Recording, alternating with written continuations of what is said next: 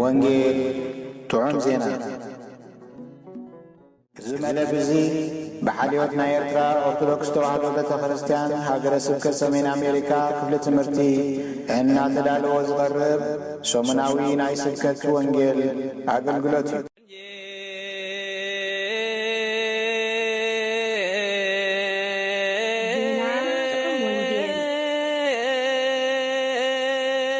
ዜና ጥዑም ወንጌል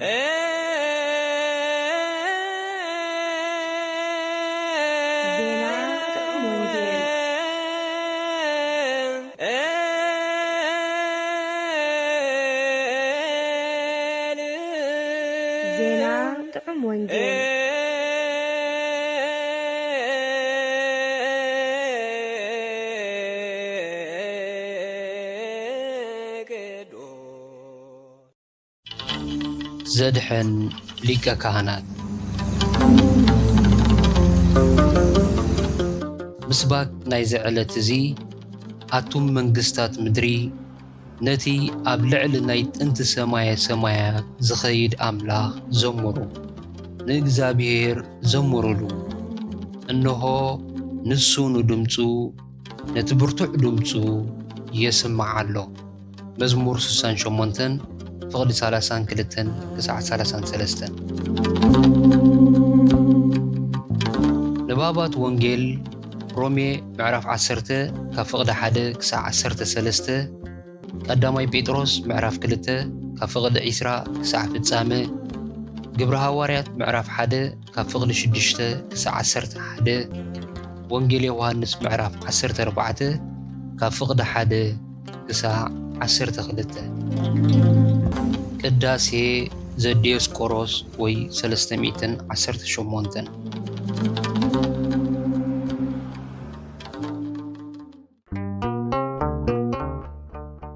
ክርስቶስ ተንሥአ እሙታን ጸጋ ጎይታና ኢየሱስ ክርስቶስ ምስ ኩላትና ይኹን ኣብ ኩሉ ኩርናዓት ዓለም ዘለኹም ህዝቢ ኣምላኽ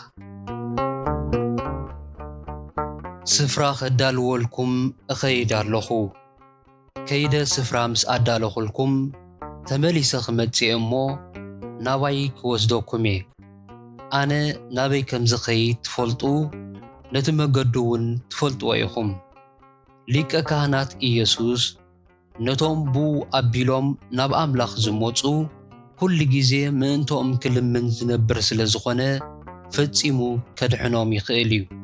ወንጌል ዮሐንስ ምዕራፍ 14 فقد 2 كساعة 4 ዕብራውያን ምዕራፍ 7 فقد 24 كساعة 26 እነሆ እዚ ዕለት እዚ ሻብዓይ ሰንበት ናይ ዘመነ ትንሣኤ እዩ ካብ ትማል ሐሙስ በዓለ ዕርገት ጀሚርናውን ናብ ዘመነ ዕርገት ኣቲና ኣለና ዘመነ ዕርገት ካብ በዓለ ዕርገት ክሳዕ 17 ዘሎ ግዜ ዘጠቓልል እዩ በዓለ ትንሣኤ ናብ መጋቢት 30 ኣብ ዝተሳሕበሉ ዘመነ ዕርገት ናይ 39 መዓልታት ዘመን ክኸውን ከሎ በዓል ትንሣኤ ናብ ሚያዝያ 27 ኣብ ዝወርደሉ ድማ ናይ 11 መዓልታት ዘመን እዩ ዝኸውን ነዚ ናይ ዘመነ ዕርገት ቀዳማይ ሰንበት ዝተሰርዐ ናይ ቅዱስ ያሬድ መዝሙር በሰንበት ዓረገ ሓመረ ዘርእስቱ እዩ ትርጉም ትሕዝትኡ ድማ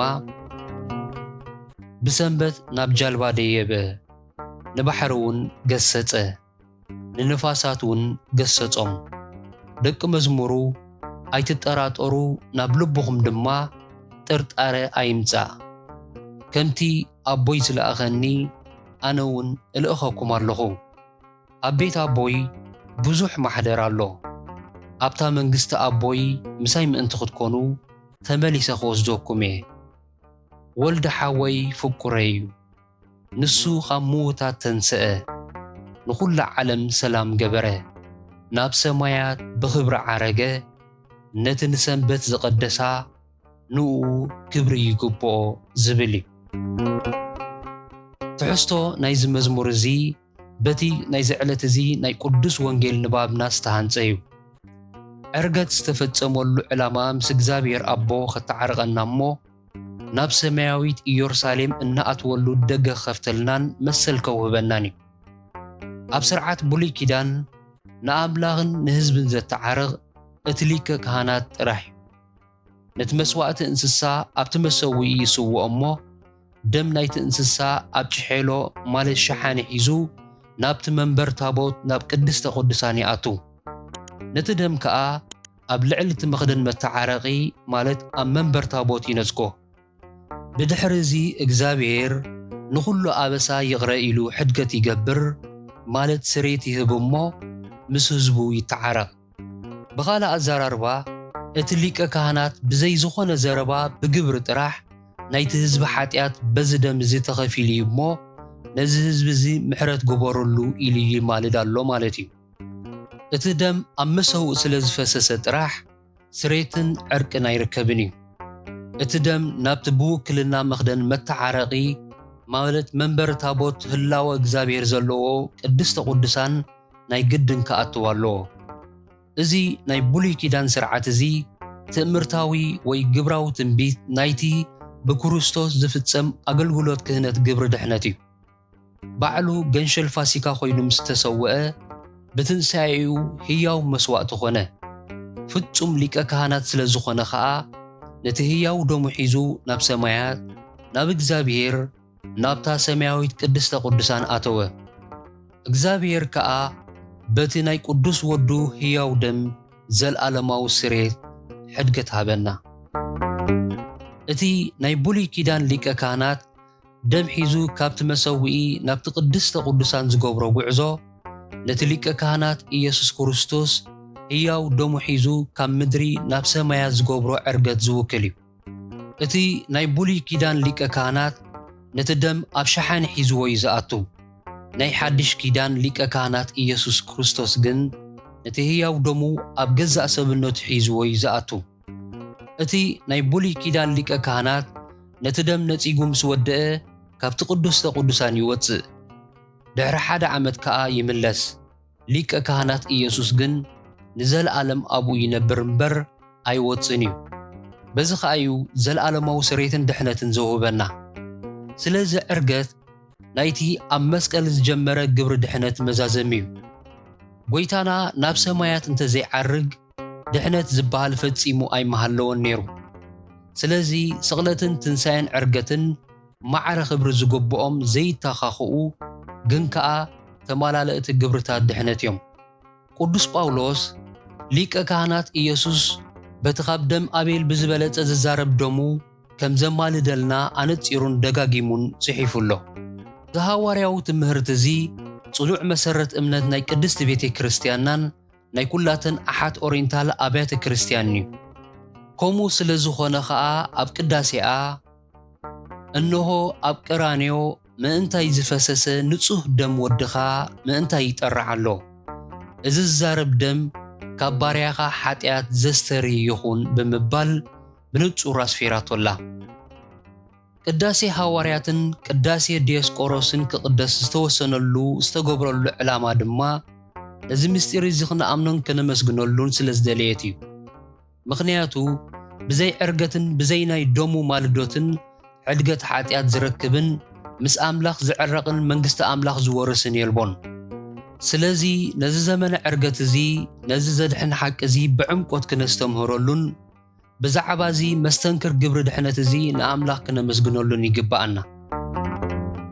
ናይ ዝዕለት እዚ ኣርእስትናን ትምህርትናን ካብዚ ናይ ወንጌል ዮሃንስ ምዕራፍ 14 ካብ ፍቕዲ 1 ክሳብ 12 ዝተወስደ ኮይኑ ምስ ዕብራውያን ምዕራፍ 7 ፍቕዲ 24 ክሳብ 26 ዝተዛመደ እዩ።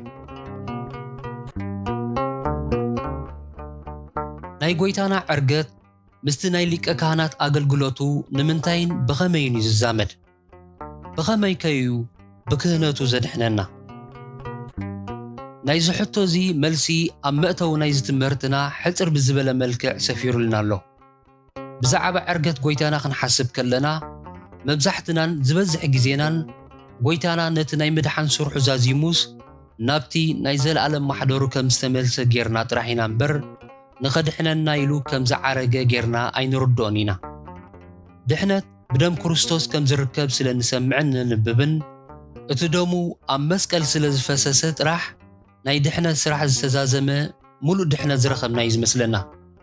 እዚ ዘይተማልአ ርድኢት እዚ ይትረፍ ንህይወትና ዋላ ነቲ ኣብ በዓላና እኳ በዓሉታ ጸልይዎ እዩ። ንልደቱ ንስቕለቱ ኾነ ንትንሣኤ ነብዕለሉ ኣገባብ ኣዝዩ ድሙቕን ውዕውዕን እዩ። ንበዓለ ዕርገት ግና ኣብ ዙርያ ቤተ ክህነት ዘሎ ሰብ እምበር እቲ ሓፋሽ መእመንሲ በዓል ከም ዘለውን ዘይፈልጥ ሰብ ይበዝሕ። ዕርገት ግን ናብቲ ኣብ መስቀል ዝተጀመረ ግብረ ድሕነት መዛዘሚ እዩ። እግዚአብሔር ወልድ ካብ ሰማያ ሰማያት ወሪዱ ካብ ቅድስት ድንግል ዝተወልደልና ገንሸል ኣምላኽ ኮይኑ ናይ መስዋዕት ሓጢአት ኣገልግሎቱ ምእንቲ ክፍጽም እዩ። ከምቲ ዝተመደበሉ ድማ ገንሸል ኣምላኽ ኮይኑ ኣብ መስቀል ተሓሪዱ ሞተልና ነቲ ዘድሕን ደሙ ድማ ኣፍሰሰልና። ነቲ ዝፈሰሰ ደሙ ብስረይት ሓጢአት ድሕነት ዘውህብ ግን ናብቲ ኣብ ሰማያዊት መቕደስ ዘሎ እግዚአብሔር ኣቦ ምስ ዝቐርብን እግዚአብሔር ነቲ ደም ተቐቢሉ ሕድገት ሓጢአት ማለት ስረይት ሓጢአት ምስ ዝህብ እዩ። ነቲ ደም ሒዙ ናብ ቅድሚ እግዚአብሔር ዘቕርቦ ድማ ሊቀ ካህናት ጥራሕ እዩ። ስለዚ ድማ እዩ ጎይታና ኢየሱስ ገንሸል ኣምላኽ ጥራሕ ዘይኮነ ሊቀ ካህናት እውን ክኸውን ዘድልየ። ናይ ገንሸል ኣምላኽ ኣገልግሎቱ ክፍጽም ካብ ሰማያት ክወርድን ሰብ ኮይኑ ክመውትን ከም ዘድልየ ናይ ሊቀ ካህናት ኣገልግሎቱ ንክፍጽም ድማ ናብ ሰማያት ክዓርግ ኣድልዮ። ንዕርገቱ ካብቲ ናይ ልደቱን ስቕለቱን ትንሣኤን ዘይንእስ ኣድህቦ ክንገብረሉ ዝግብኣና ምኽንያት ከዓ ንሱ እዩ። እዚ ድኹምን ውድቑን ፍጥረት ዝኾነ ሰብ ብግብራዊ መርኣያን ኣብነትን እንተዘይኮይኑ ነቲ መለኮታዊ ኣሰራርሓን ምስጢርን በቐሊሉ ክርድኦ ከም ዘይክእል እግዚአብሔር ይፈልጥ እዩ። ስለዚ ድማ በቲ ምስሊ ወይ ጽላሎት ናይ ክርስቶስ ዝኾነ ነቢ ሙሴ ገይሩ ናይ መስዋዕትን መቕደስን ክህነት ስሬት ኣቖመ። ነዚ ስርዓተ መስዋዕትን ክህነት እዚ ካብ ኦሪት ዘጸአት ጀሚሩ ክሳዕ ኦሪት ዘዳግም ኣብ ዘሎ መጽሓፍቲ ብዝርዝር ገሊጽዎ ኣሎ። ነዚ ናይ ብሉይ ኪዳን ስሬትን ምስጢራቱን ከም ዝግባእ ዘይተረድአ ክርስቲያን ነቲ ክርስቶስ ጎይታና ብስቕለቱን ትንሣኤን ዕርገቱን ዝፈጸሞ ግብሪ ምድሓን ከም ዝግባእ ክርድኦ ኣይክእልን እዩ። እዚ ናይ ብሉይ ኪዳን ስርዓት ነቲ ብኢየሱስ ዝተፈጸመ ናይ ሓድሽ ኪዳን ስርዓት ዝገልጽ ትንቢታውን ትእምርታውን ስሬት እዩ። ብሉይ ኪዳን ሓደ ሰብ ብዛዕባ ሓጢአቱ ምስ ኣምላኽ ክዕረቕን ሕድገት ሓጢአት ክረክብን ምስ ዝደሊ ነቲ ሕጊ ዝእዝዞ ናይ መስዋዕቲ እንስሳ ሒዙ ይመጽእ። ኣእዳው ኣብ ልዕሊ እቲ እንስሳ እምቢሩ ኣብ ቅድሚ እቲ ካህን ብዛዕባ ኩሉ ሓጢአቱ ይናዘዝ፣ ሓጢአቱ ይእመን። ስለዚ ነቲ ሓጢአቱ ኣብ ልዕሊ እቲ እንስሳ የንብሮ ማለት እዩ። ሽዑ እቲ ካህን ነቲ እንስሳ ወሲዱ ኣብቲ መሰዊኡ ይሓርዶ እሞ ነቲ ደሙ ናብ ቤተ መቕደስ ኣእትዩ ኣብቲ መጋረጃ ናይ ቅድስተ ቅዱሳን ይነጽጎ ነበረ። ብደረጃ ህዝቢ ኣብ ዓመት ሓንሳ መስዋዕቲ ሓጢአት ክፍጸም ከሎ ድማ ሊቀ ካህናት ነቲ ህዝቢ ወኪሉ ኢዱ ኣብቲ እንስሳ ኣንቢሩ ይናዘዝ። ሽዑ ነቲ እንስሳ ሰዊኡ ደሙ ሒዙ ናብ ውሽጢ ቅድስተ ቅዱሳን ይኣቱ እሞ ኣብቲ ንእግዚአብሔር ዝውክል መኽደን መተዓረቒ ማለት መንበሪ ታቦት ይነጽጎ ነበረ። ብኸምዚ ከዓ ናይቲ ዓመት ሙሉእ በቲ ህዝቢ ዝተፈጸመ በደል ሕድገት ሓጢአት ይረክብ ነበረ።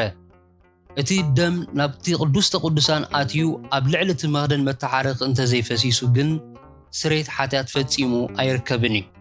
እቲ ሊቀ ካህናት ደም ከይሓዘ እንተኣትዩ ንርእሱ ብሓዊ መለኮት ይቃጸል ነበረ።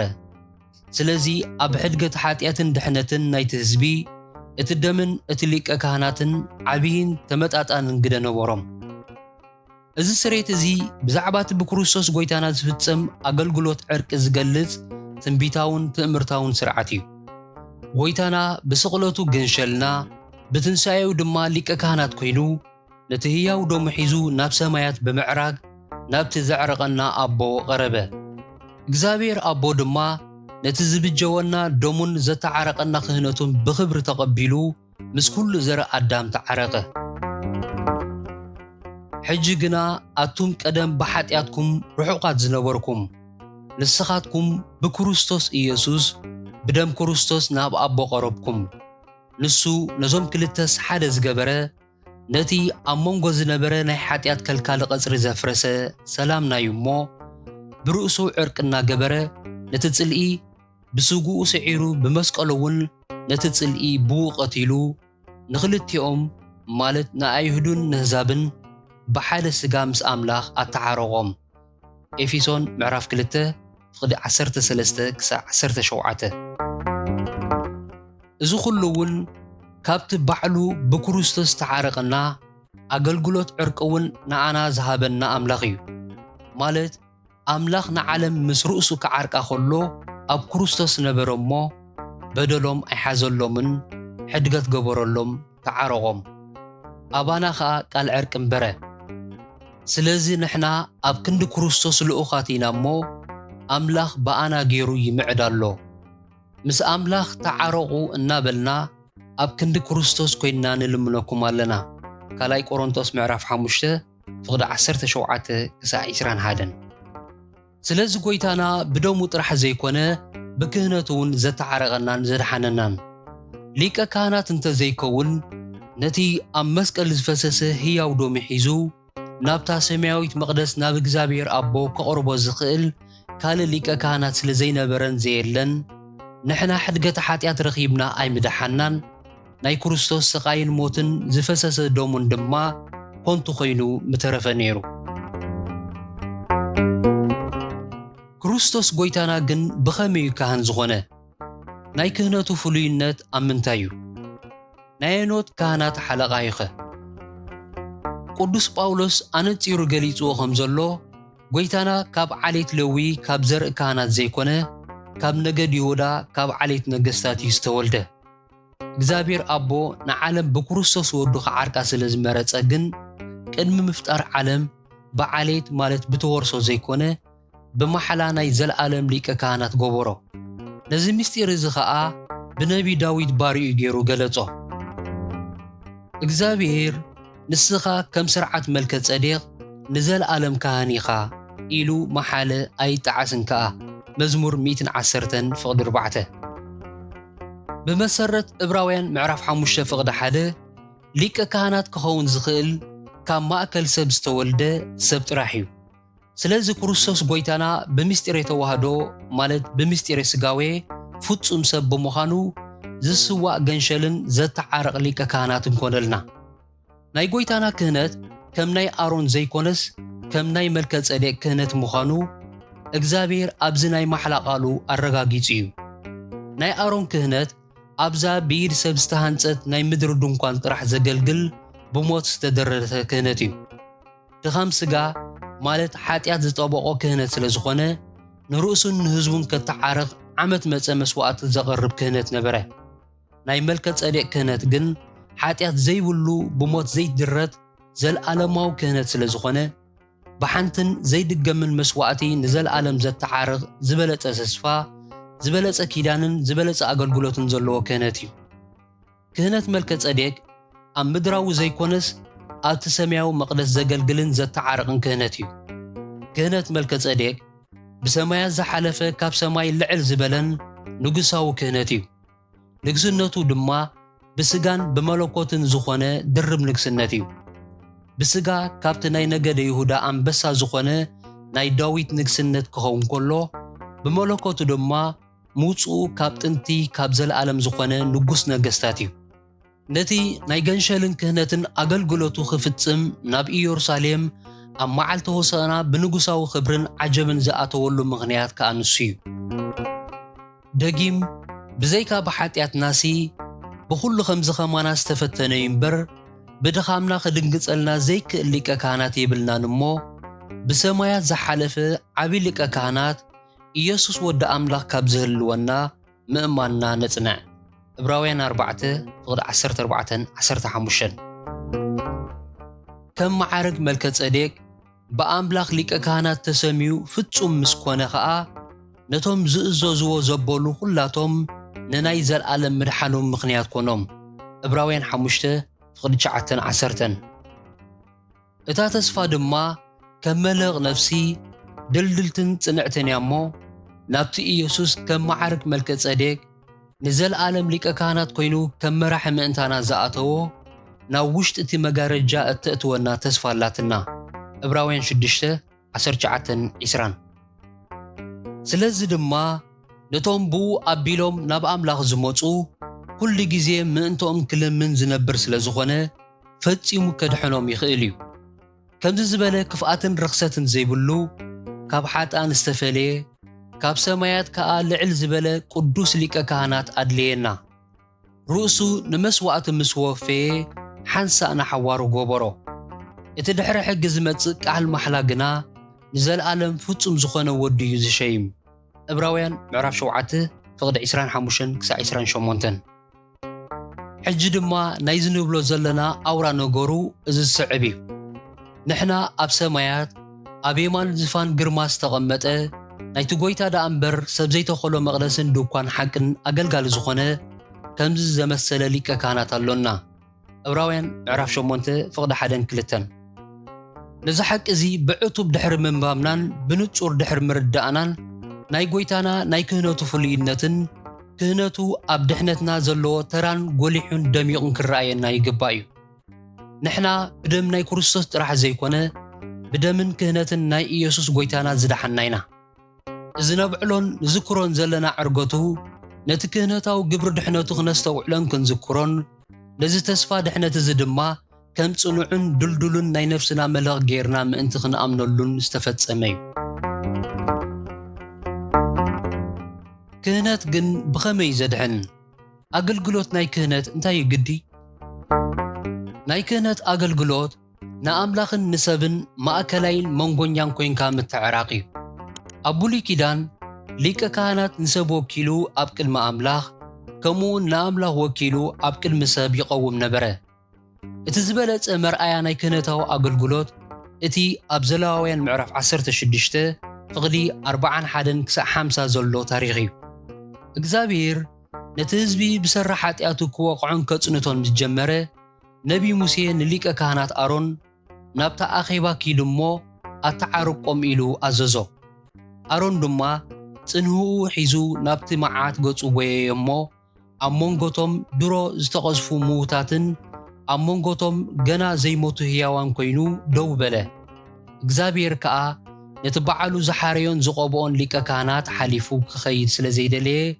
ቁጥዑኡ ገቲኡ ምሕረት ገበረ እግዚኣብሔር ነቲ ኣብ ኪዳን ክህነት ዘሎ ናይ መንጎኛን ማእከላይን ተራ ብጽኑዕ ዝሕልዎን ዘኽብሮን በቲ ኣብ ራእይ ምዕራፍ 5:8 ተገሊጹ ዘሎ መሰረት እቲ ኣብ ጽንሃ ዝተከኽ ዕጣን ናይ ጸሎት ትእምርቲ ወይ ምልክት እዩ ታኑ በጃኻ መሓሮም ኢሉ ከም ዝጸለየ ኣይተጻሕፈልናን ነቲ ኣብ መንጎ ህዝቡን ኣምላኹን ደው ኢሉ ዝፈጸሞ ትእምርታዊ ጸሎት ግን እግዚኣብሔር ተቐበሎን ኣኽበሮን ኣብታ መዓልቲ ዕርቂ እቲ ሊቀ ካህናት ነቲ ህዝቢ ክተዓርቕ ናብ ቅዱሰ ቅዱሳን ክኣቱ ከሎ ድማ ደም ናይቲ ዝተሰውአ እንስሳ ሒዙ እዩ ዝኣቱ ኣብኡ ምስ ኣተወ ብልሳኑ ዝስውኦ ዝኾነ ይኹን ናይ ልመና ቃል የለን ነቲ ደም ግና በጻብዑ ገይሩ ናብቲ መኽደን መተዓረቒ ማለት ናብ እግዚኣብሔር ይነጽጎ ስለዚ ብግብራዊ መገዲ ናይቲ ህዝቢ ናይ ኃጢአቱ ዋጋ በዚ ደም እዚ ተኸፊሉ እሞ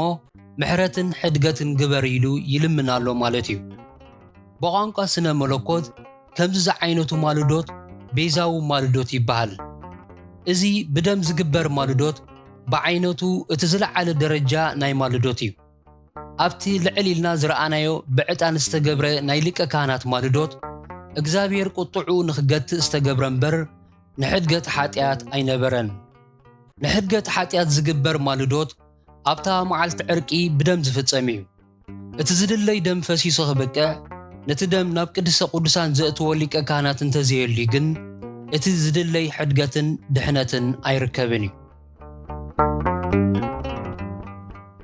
ኢየሱስ ጎይታና ናይ መስዋዕቲ ኃጢአት ገንሸል ክነሱ ብኸመይን ንምንታይን ሊቀ ካህናት ክኸውን ኣድልየ ናይ ዝሕቶ እዚ መልስና ኣብቲ መሰረተ እምነትና ዝኾነ ምስጢረ ስጋዊ ኢና ንረኽቦ ባህሪ ወይ መንነት ናይቲ ዝስዋዕ ኣካል ንመንነት ናይቲ ዝስውዕን ዘቕርብን ዘተዓርቕን ሊቀ ካህናት ይውስኖ እዩ እቲ ዝቐርብ መስዋዕቲ ብተፈጥሩ እንስሳ ምስ ዝኸውን ሓጥእ ሰብ ብዝኾነ ሊቀ ካህናት ክስዋዕን ከተዓርቕን ይኽእል እዩ ነዚ እንስሳ ንምስዋዕ እኳ እዚ ንርእሱ ሓጥ ዝኾነ ሊቀ ካህናት ቅድም ንርእሱ ከተዓረቕ ናይ ግድን እዩ።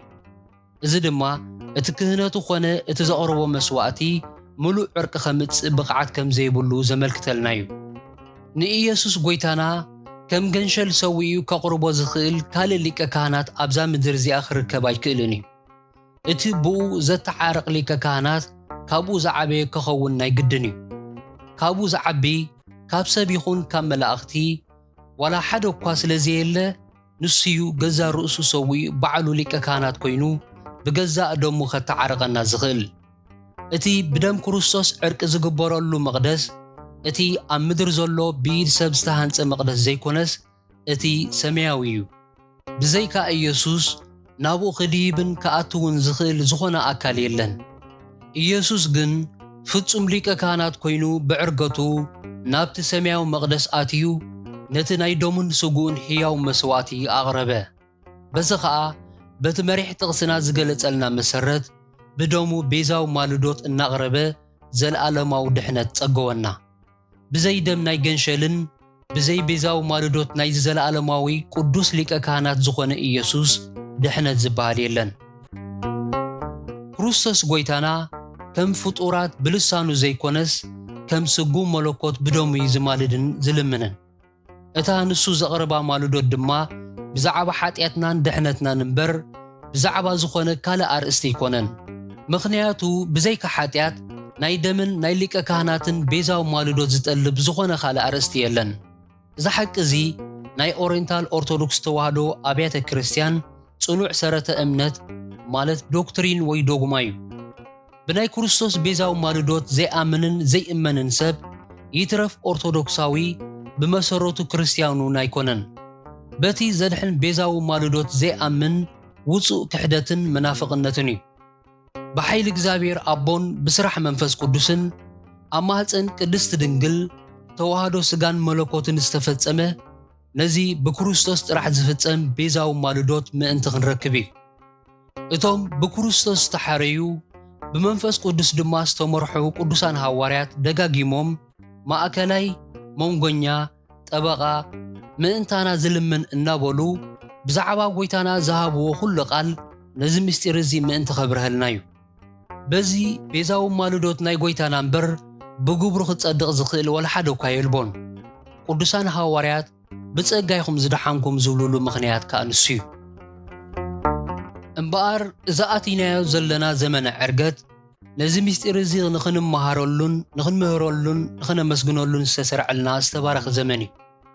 ብዘይ ናይ ክርስቶስ ቤዛዊ ማልዶት ዝርከብ ድሕነት ካብ ዘይሃለወ ኣብዚ ተበጃዊ ማእከልነቱ ዘለና እምነትን ትውክልትን ክሳዕቲ ዝለዓለ ጥርዙ ክነዕብዮ ይግባአና። ኣብ መሪሕ ጥቕስና ቅዱስ ጳውሎስ ብንጹር ኣመልኪትልና ከም ዘሎ ብቤዛዊ ማልዶት ሙሉእ ድሕነት ዝረኽቡ እቶም ብክርስቶስ ኣቢሎም ናብ ኣምላኽ ዝመፁ ጥራሕ እዮም። ጎይታና ባዕሉ እውን መገድን ሓቅን ህይወትን ኣነ ብዘይ በኣይ ሓደ እኳ ናብ ኣቦ ዝመጽእ የልቦን ብምባል ካልእ ኣማራፂ ከምዘየለ ኣግሂድልና እዩ። ወንጌል ዮሃንስ ምዕራፍ 14:6።